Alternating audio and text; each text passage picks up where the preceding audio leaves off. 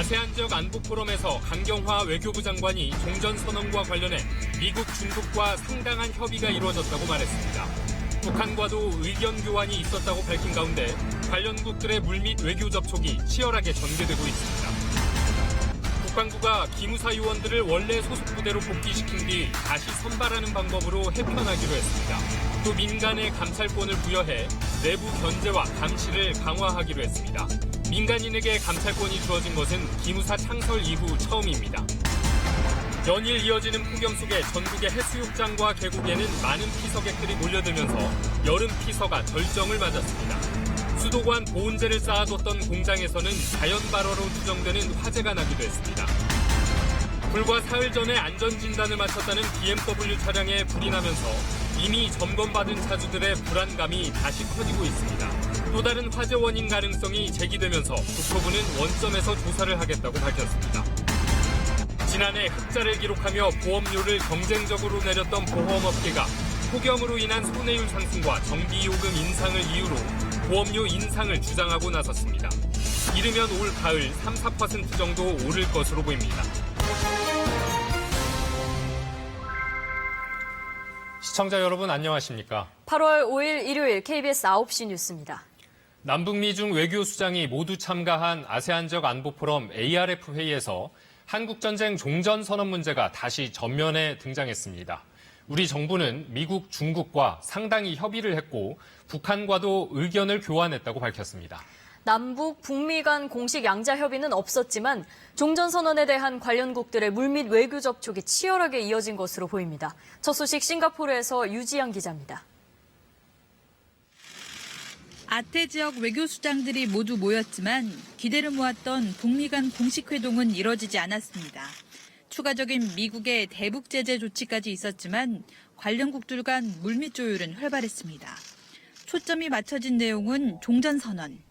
강경화 외교장관은 연내 종전선언 추진과 관련해 미국, 중국과 상당한 협의가 있었다며 종전선언의 시기와 방식에 유연성을 갖고 논의하고 있다고 밝혔습니다. 강 장관은 환영만찬 자리에서도 리용호 북한 외무상과 종전선언에 대한 의견을 나눴다고 밝혔습니다. 한반도 정세 진전 동향과 향후 협력 방안 등의 짧지만 허심탄회한 의견 교환을 할 수 있었습니다. 리 외무상은 다만 지금은 남북 외교장관 회담 등 외교당국이 나설 때가 아니라고 언급한 것으로 전해졌습니다. 종전선언에 큰 진척이 없는 데 대한 불만으로 해석됩니다. 북미 양자는 그러나 이번 회의 기간 대화의 판을 깨지 않으며 서신 전달 등 물밑 접촉을 통해 서로의 의중을 타진했습니다.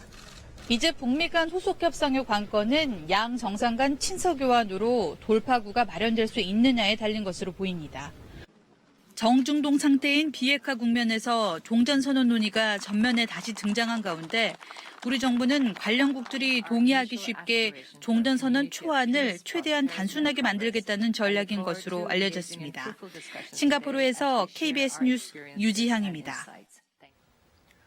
이렇게 볼 때 이번 ARF 회의에선 종전선언과 관련해 남북미 중이 상당한 협의를 했다고 볼 수 있는데요. 문제는 시기와 방법입니다. 이와 관련해 다음 달에 열릴 유엔 총회에 김정은 국무위원장이 참석할지 또 여기에 모인 관련국 정상들이 종전선언을 발표할지가 다시 초미의 관심사로 떠올랐습니다. 이어서 김경진 기자입니다. 북한의 정권 수립일인 이른바 구구절이 한 달 앞으로 다가왔습니다. 북한은 정권 수립 70주년을 맞아 가시적인 경제 성과가 반드시 필요합니다. 비핵화에 상응한 제재 완화를 강력히 원하는 이유입니다. 하지만 북미는 이번 ARF 회의에서 종전선언과 비핵화 시간표를 두고 입장차만 드러냈습니다. 미국의 대북 제재도 여전한 상태입니다. I've also emphasized the importance of maintaining diplomatic and economic pressure on North Korea to achieve the final fully verified denuclearization of the DPRK. 그러나 북한은 물론 11월 중간 선거를 앞둔 미국도 이제는 돌파구가 필요한 시점. 물밑 논의라고는 하지만 강경화 외교부 장관이 상당한 협의가 있었다고 밝힌 만큼 종전선언의 형식과 내용에 대한 관련국들 간의 공감대가 형성된 것 아니냐는 분석도 나오고 있습니다. 종전선언의 시기와 장소는 9월 말 유엔 총회가 유력하게 거론됩니다. 남북미 중 사자가 모두 모일 수 있기 때문입니다. 김정은 국무위원장의 유엔 무대 데뷔 가능성도 초미의 관심사입니다. 종전선언의 마중물 역할을 하기 위해 남북 정상회담이 조기에 진행될 가능성도 열려 있습니다. 우리 정부가 남북 대화를 통해서 북한을 비핵화 협상에 끌어내고 또 일정 정도 또 진전된 조치를 이끌어낼 수 있다고 봅니다. 청와대 고위 관계자는 친서를 주고받은 걸 보면 북미가 판을 엎으려는 건 아니라고 본다며 촉진자로서의 대통령의 역할은 계속될 것이라고 말했습니다. 이런 가운데 한중 6자 회담 수석 대표가 내일 중국에서 만나기로 하는 등 관련국들 간의 심도 깊은 논의도 본격화될 전망입니다. KBS 뉴스 김경진입니다.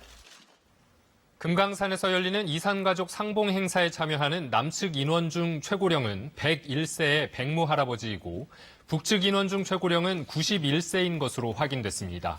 이번 상봉 행사는 오는 20일에서 22일까지는 남측 방문단 93명이 북측 이산가족과 만나고 24일에서 26일까지는 북측 방문단 88명이 남측 이산가족과 상봉하는 방식으로 진행됩니다.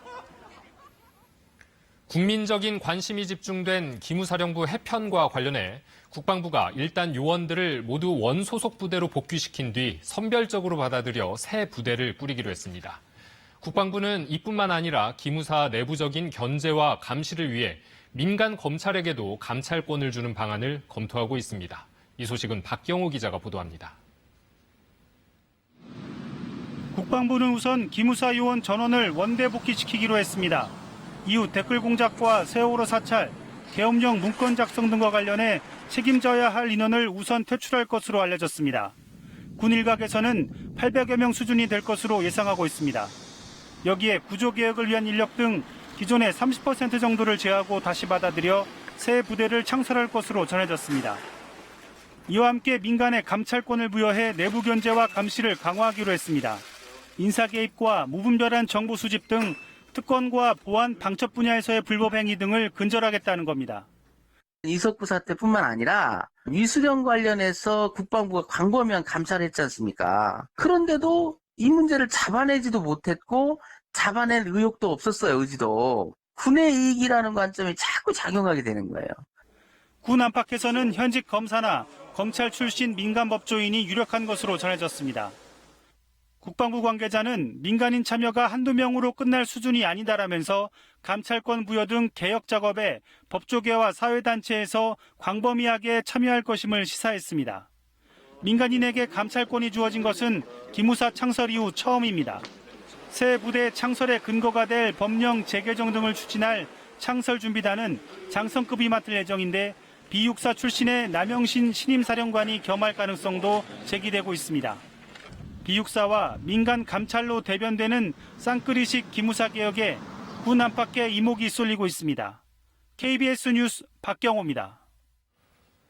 기무사령부의 계엄령 검토 사건을 수사 중인 군검 합동수사단이 한민구 전 국방부 장관과 조현천 전 기무사령관의 자택을 압수수색했습니다. 합수단은 조만간 한 전 장관을 소환한다는 방침입니다. 취재기자 연결합니다. 김기수 기자, 자세한 소식 전해주시죠. 군검 합동수사단이 금요일인 지난 3일 한민구 전 국방부 장관과 조현천 전 기무사령관의 자택 등을 압수수색했습니다. 합수단은 두 사람의 집을 포함해 4-5곳을 압수수색했다고 밝혔습니다. 합수단이 한 전 장관과 조 전 사령관에 대해 압수수색에 나선 것은 계엄령 검토를 누가 지시했는지, 문건은 어떻게 작성됐는지 확인하기 위해서입니다. 지난달 국방부 특별수사단은 기무사를 압수수색하고 계엄 문건 작성 등에 관여한 소강원 기무사 참모장과 기우진 현 5처장 등을 불러 조사를 벌였는데요. 이들은 특별수사단 조사에서 한 전 장관과 조 전 사령관 등의 지시를 받아 문건을 작성했다는 취지로 진술한 것으로 알려졌습니다. 이와 함께 소 참모장은 지난달 24일 국회 국방위원회에 출석해 한 전 장관 등의 지시가 있었다는 취지로 말하기도 했습니다. 이에 따라 합수단은 조만간 한 전 장관을 소환 조사할 방침인 것으로 알려졌습니다. 또 해외에 체류 중인 조 전 사령관에 대해선 일단 귀국을 종용한 뒤 여의치 않으면 강제 귀국을 위해 여권 무효화 조치도 취한다는 계획입니다. KBS 뉴스 김기수입니다. 드루킹 사건에 연루된 김경수 경남도지사가 내일 특검에 나와 조사를 받습니다. 피의자 신분입니다. 핵심은 드루킹 일당이 댓글 조작 프로그램 일명 킹크랩을 이용한다는 걸 김 지사가 알았느냐 하는 것인데 김 지사는 이를 강하게 부인하고 있습니다. 내일 조사의 쟁점을 김민정 기자가 살펴봤습니다. 특검 조사의 최대 쟁점은 김경수 경남지사가 드루킹 일당의 댓글 조작 프로그램 킹크랩을 알았느냐는 점입니다. 우선 댓글 조작에 대한 업무방해 공범 혐의. 특검팀은 김 지사가 댓글 조작을 승인 또는 지시한 걸로 보고 있습니다. 김 지사가 댓글 추천수를 급속하게 늘려주는 자동화 프로그램인 킹크랩의 존재와 성능을 사전에 알았다고 판단한 겁니다. 특검은 또 김 지사가 6.13 지방선거를 도와주는 대가로 드루킹 측에 샌다이 영사 자리를 제안한 것으로 보고 있습니다. 김 지사가 댓글 활동을 통해 도와달라고 했다는 건데 이 역시 킹크랩을 알고 있었다는 전제가 있어야 합니다. 예측할 수 없는데 좀 시간이 많이 걸릴 것으로 알고 있습니다. 물어볼 사항이 많이 있습니다. 하지만 김 지사 측은 혐의를 모두 강하게 부인하고 있습니다. 드루킹 김동원 씨와 만난 사실은 있지만 킹크랩을 본 적도 없다고 주장하고 있습니다. 그러니 댓글 조작 역시 자신과는 무관한 얘기라는 겁니다.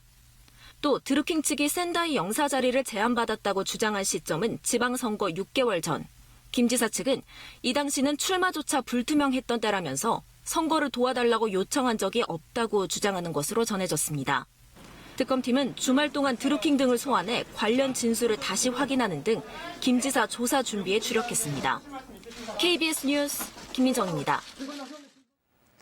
올 들어 32번째. 어제 불이 난 BMW 차량은 불과 사흘 전 배기가스 재순환 장치 EGR 안전 점검을 완료한 차량이었습니다. 때문에 이미 점검을 받은 차주들의 불안감이 다시 커졌는데요. 화재 원인에 대한 논란도 더욱 가열되고 있습니다. 국토부는 원점에서 조사를 하겠다고 밝혔습니다. 홍진아 기자가 보도합니다. 어제 사고가 난 BMW 520D 차량은 불과 사흘 전 받은 안전진단에서 이상이 없는 것으로 나왔습니다. 화재의 원인이 BMW가 밝힌 배기가스 순환장치, 즉 EGR이 아닐 수 있다는 지적이 나오는 이유입니다. 이에 대해 BMW는 서비스 센터 직원이 EGR 냉각기 안에 쌓인 침전물을 제대로 살피지 못한 것으로 보인다며 직원의 실수 탓으로 돌렸습니다. 하지만 이미 점검을 받은 다른 차주들은 불안감을 감추지 못합니다. 안전이나 바꾸 자체로 불난다는 건요, 이 차 자체에 결함이 있다고 봐요. 하지만 일단 하라는 대로 따르는 수밖에 없습니다. 특히 디젤이 아닌 가솔린 차량에서도 잇따라 불이 난 것으로 알려지면서 화재 원인에 대한 의문은 더욱 커지고 있습니다. 고온의 배기가스가 지나가는 흡기 다기관이 플라스틱으로 만들어져 있는 등 하드웨어가 문제라는 의견과 함께 EGR을 제어하는 소프트웨어 문제일 가능성도 제기됩니다. EGR 밸브가 불량이면 그 밸브가 공동으로 쓰여진 한국 차들도 EGR 밸브 불량으로 터져 나와야 된다는 얘기거든요. EGR 밸브를 가지고 소프트웨어적인 면에서 활용을 잘못해서 문제가 생긴 거지 제품의 불량만이라고 얘기할 수는 없다. BMW로부터 기술 자료를 제출받은 국토부는 결국 모든 가능성을 열어두고 원점에서 조사를 벌이겠다고 밝혔습니다.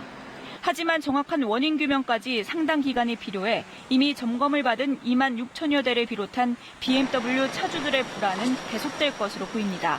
KBS 뉴스 홍진아입니다. 본격적인 피서철인 8월 첫 주 주말 어떻게 보내셨습니까? 오늘은 동해안을 중심으로 극심한 더위가 이어졌는데요. 연일 40도를 오르내리는 폭염에 시민들은 더위를 피해 해수욕장과 계곡 등으로 향했습니다. 조혜진 기자가 헬기를 타고 돌아봤습니다. 호수 너머 펼쳐진 푸른 바다. 해변을 따라 줄지은 파라솔에는 뜨거운 햇볕을 피하는 사람들로 가득합니다. 무더위를 조금이나마 식히기 위해 바다에 뛰어든 사람들. 바닷물을 가르며 온몸으로 동해 바다를 느껴봅니다. 제트스키는 시원하게 물보라를 만들고 튜브 끝에 매달린 사람들은 날듯이 바다 위를 미끄러집니다. 서핑을 배우던 사람들은 이내 물싸움을 시작합니다.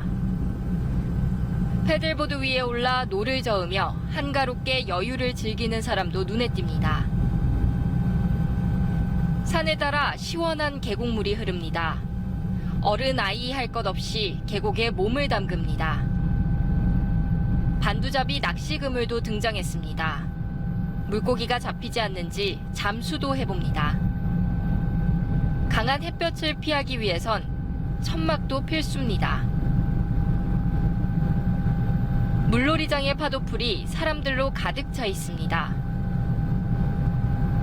튜브를 탄 사람들은 여유롭게 떠내려가더니 시원한 파도에 밀려 빠르게 흘러내려갑니다. 오후가 되자 집으로 돌아가는 차들이 늘었습니다. 고속도로 상행선은 앞뒤 차들이 딱 붙어 거북이 운행을 합니다. 오늘 속초와 영덕은 모두 40도에 이르는 날씨로 영남 지역을 중심으로 무더위가 이어졌습니다. 서울은 낮 최고 기온이 34도로 더위가 한풀 꺾이는 모습을 보였습니다. KBS 뉴스 조혜진입니다. 육군이 연대급 부대까지 폭염 재난대책본부를 가동하기로 했습니다. 육군은 지난 2일부터 폭염 재난대책 1단계를 발령해 전 부대가 대비 태세를 유지하고 있다고 설명한 뒤 온도가 35도 이상인 경계 단계부터는 낮에 교육훈련을 중단하고 생활관 에어컨을 완전히 가동하기로 했다고 밝혔습니다. 군 폭염대책본부는 군내 폭염 재난 예방은 물론 대민 폭염 피해 예방 활동을 담당합니다. 이런 불볕더위에 발화점이 낮은 제품들을 그대로 노출하는 것은 매우 위험할 수 있습니다. 40도 가까웠던 오늘 자연 발화로 의심되는 불이 공장에서 잇따랐습니다. 김홍희 기자가 보도합니다. 시커먼 연기가 끝없이 하늘로 솟구칩니다. 검은 연기가 수킬로미터 떨어진 곳까지 퍼져나갑니다. 좀 끔찍할 정도로 그래 지금 먹구름이 막 올라오더라고요. 나는 또 비가 올라나 싶어 반가웠는데 늦게 보기는 저게 무슨 화재가 났구나. 폭염이 기승을 부리던 오늘 오전 11시 수도관 보온젤을 만드는 공장 창고에서 불이 났습니다. 불이 난 현장엔 가연성 스티로폼 재질의 물품이 쌓여 있어 화재 진화가 더 어려웠습니다. 이 불로 공장 3개 인근 재활용업체가 타 소방서 주산 5억 원 상당의 피해가 났습니다. 불이 날 당시 공장 안에는 아무도 없었습니다. 또 바로 옆 재활용업체 야적장에는 폐합성수지 재활용 가루를 담은 자루가 많이 쌓여 있었습니다. 열이 축적되면 때때로 자연 발화가 일어나는 물질입니다. 거기 그 물질에서 불이 났는지 아니면 공장 창고동에서 불이 났는지 그걸 밝혀야 되거든요. 경기도 안산의 단열재 제조 공장에서도 불이 나 공장 한 개동을 완전히 태웠습니다. 소방당국은 40도 가까운 폭염이 화재에 영향을 미쳤을 가능성도 배제하지 않고 있습니다. 폭염 속 땡볕 아래 쌓아둔 물질에서 불이 잇따르면서 공장 창고와 야적장 관리에 비상이 걸렸습니다. KBS 뉴스 김홍입니다. 지방선거 패배를 수습하기 위해 오늘 조기 전당대회를 연 민주평화당이 새로운 당대표로 정동영 의원을 선출했습니다. 정동영 신임 대표는 현장 중심의 민생정당을 내세우고 선거제도 개혁을 과제로 제시했습니다. 구경화 기자가 보도합니다. 민주평화당 당대표의 기호 3번 정동영 후보가 당선됐습니다. 4선의 정동영 신임 대표는 당원이 1인 2표를 행사하고 국민 여론조사 결과를 합산한 경선에서 68%를 얻었습니다. 뒤이어 유성엽, 최경환, 허영, 민영삼 후보가 차기 최고위원에 당선됐습니다. 정동영 신임 대표는 평화당을 민생정당으로 탈바꿈시키겠으며 선거제도 개혁에 모든 것을 걸겠다고 말했습니다. 농민, 소상공인, 자영업자 등이 직접 국회에 진출해 삶의 문제를 해결할 수 있도록 하겠다는 겁니다. 민주평화당이 앞장서서 다양한 국민들이 자신들의 대표를 국회에 보낼 수 있는 다당제로의 선거제도 개혁을 반드시 이루어내야 합니다, 여러분. 정 대표는 또 여당이 선거제도 개혁에 응하지 않으면 모든 국회 운영에 협조하지 않겠다고 강조했습니다. 하지만 지난해 대선과 올해 지방선거 패배에 이어 당 지지율이 바닥까지 내려간 비상 상황. 뜻을 같이 하는 비례대표 3명은 바른미래당에 묶여있고 노회찬 의원의 별세로 정의당과의 원내교섭단체도 무너졌습니다. 협상력을 회복하기 위해선 원내교섭단체 지위 회복이 급선무입니다. 당장 내일부터 초미의 과제입니다. 17명 현역 의원들과 총력전을 펼쳐서 우리 조속한 지일 내 교섭단체 복원을 위해 노력하겠습니다. 경선 과정에서 불거진 당내 갈등을 수습하는 것도 신임 당대표의 몫으로 남았습니다. KBS 뉴스 구경합니다. 지난해와 올해 초 경쟁적으로 내렸던 자동차 보험료가 이르면 올해 가을 최소 3에서 4% 정도 오를 것으로 보입니다. 업계에서는 폭염으로 차 사고가 늘었고 정비요금이 올라 인상이 불가피하다고 주장하고 있는데요. 금융당국도 그렇게 판단하는지 궁금합니다. 박일중 기자가 보도합니다. 휴가철마다 꽉 막히는 고속도로. 휴가철이 아니더라도 날씨가 더워지면 차량 이용이 증가합니다. 6월부터 폭염특보가 발효될 정도로 더운 올해 차량 이용이 늘면서 지난달의 경우 사고가 1년 전보다 9% 가까이 많아졌습니다. 이런 사정 등을 이유로 보험사들은 보험료 인상을 주장하고 있습니다. 사고가 늘어난 만큼 지급보험금이 많아졌고 자동차 정비업체에 줘야 하는 비용도 20% 가까이 인상된다는 겁니다. 이 밖에도 최저임금 인상과 상급 입원실 보험 적용 등도 인상 요인으로 꼽고 있습니다. 업계가 추산한 인상폭은 7에서 8%. 지난해 흑자를 기록하면서 보험료 인하 경쟁에 나섰던 보험사들이 채 1년도 안 된 이르면 올 가을 인상을 주장하는 이유입니다. 그러면서 내심 최소 3에서 4% 인상을 저울질하고 있습니다. 하지만 보험사의 보험금 지급 관행을 바꿔야 한다는 목소리도 높습니다. 보험사들은 보험금 지급에 있어서 지나치게 소비자의 민원을 우려하거나 아니면 마케팅 차원에서 재가입을 유도할 목적으로 보험금 지급에 대해 관대하는 경향이 있습니다. 자동차 보험료는 보험사 자율로 정하게 돼 있어 금융당국이 개입할 여지는 없습니다. 다만 현실적으로는 자동차 보험료 인상이 소비자 부담으로 이어지는 만큼 자구 노력 요구 등 금융감독 당국의 대응이 주목됩니다. KBS 뉴스 박일중입니다. 고객이 요청하면 모든 카드사가 자사 포인트를 현금화해 고객 계좌로 넣어주게 됩니다. 여신금융협회는 이 같은 내용으로 신용카드 표준 약관을 개정해 오는 10월부터 시행한다고 밝혔습니다. 개정된 약관에는 카드 포인트를 회원의 카드 대금 출금 계좌로 입금해 회원이 현금화할 수 있게 하거나 카드 해지 시 미상환 카드 대금을 포인트로 결제할 수 있게 명시했습니다. 오늘은 사측의 구조조정 계획에 반대해 점거 농성을 하던 쌍용자동차 노동자들이 강제 진압으로 해산된 지 9년째 되는 날입니다. 오랜 시간이 지났지만 쌍용차 해고 노동자들의 복직 투쟁은 여전히 진행 중입니다. 박민철 기자입니다. 2009년 8월 5일 쌍용차 평택 공장에 들어선 경찰 특공대. 70일 넘게 이어지던 쌍용자동차 노동자들의 점거 농성은 그렇게 막을 내렸습니다. 사측의 해고는 살인이라는 호소는 그렇게 진압됐고 900여 명이 거리로 내몰렸습니다.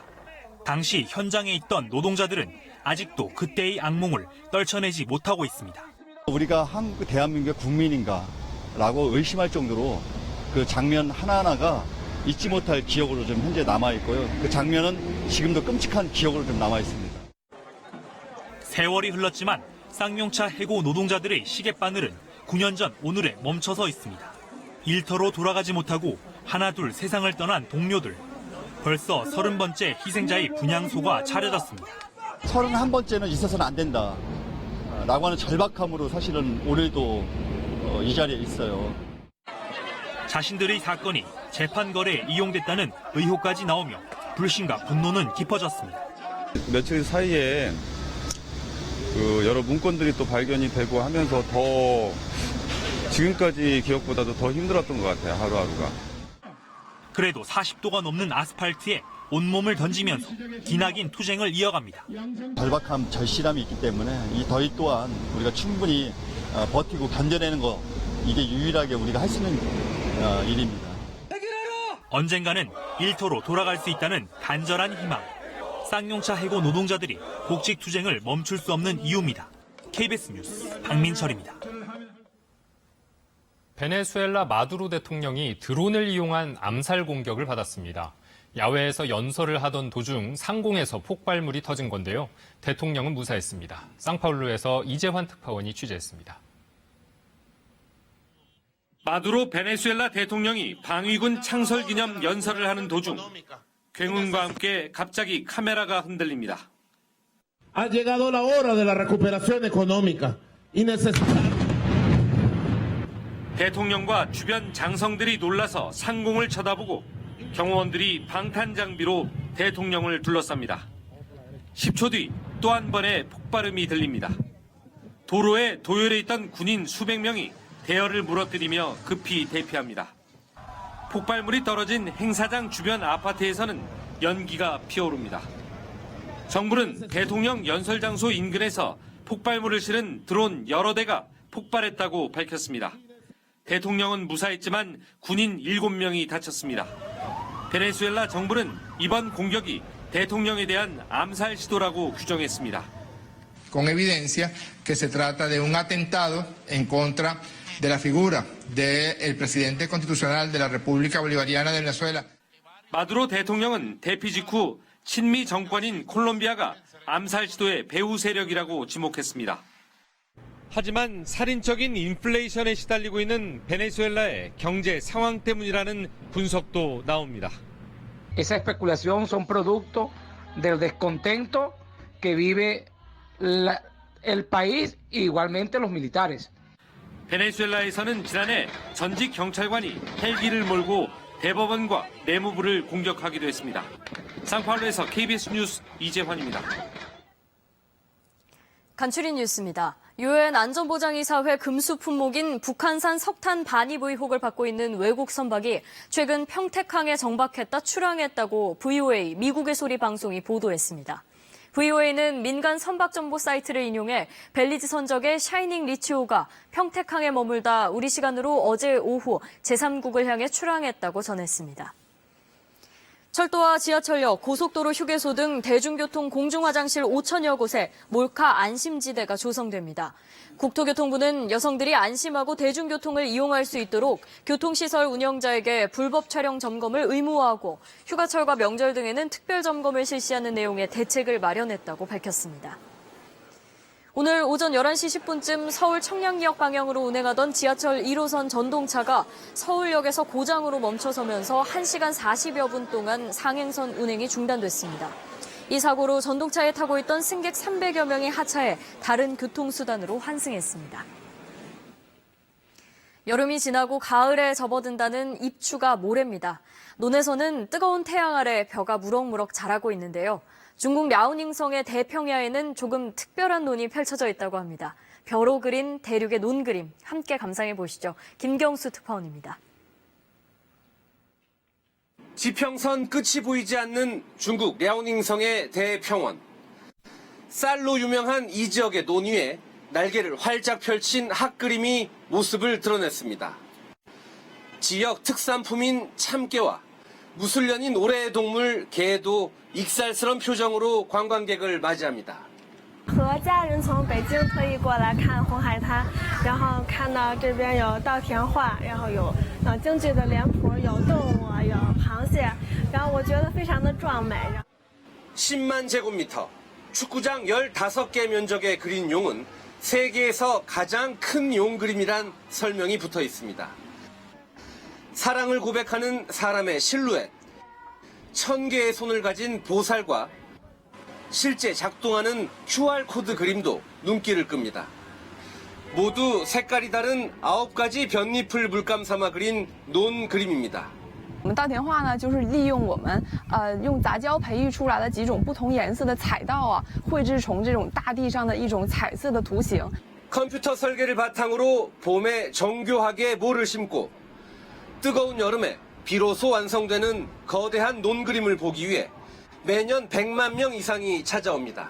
在种植过程之中，要结合艺术进行点位种植和网格化区分。在制作之前，要进行周密的设计和合理的规划。 시간이 만들어내는 예술인 논 그림에는 무사 안녕과 풍년을 바라는 중국 농부들의 소망도 담겨 있습니다.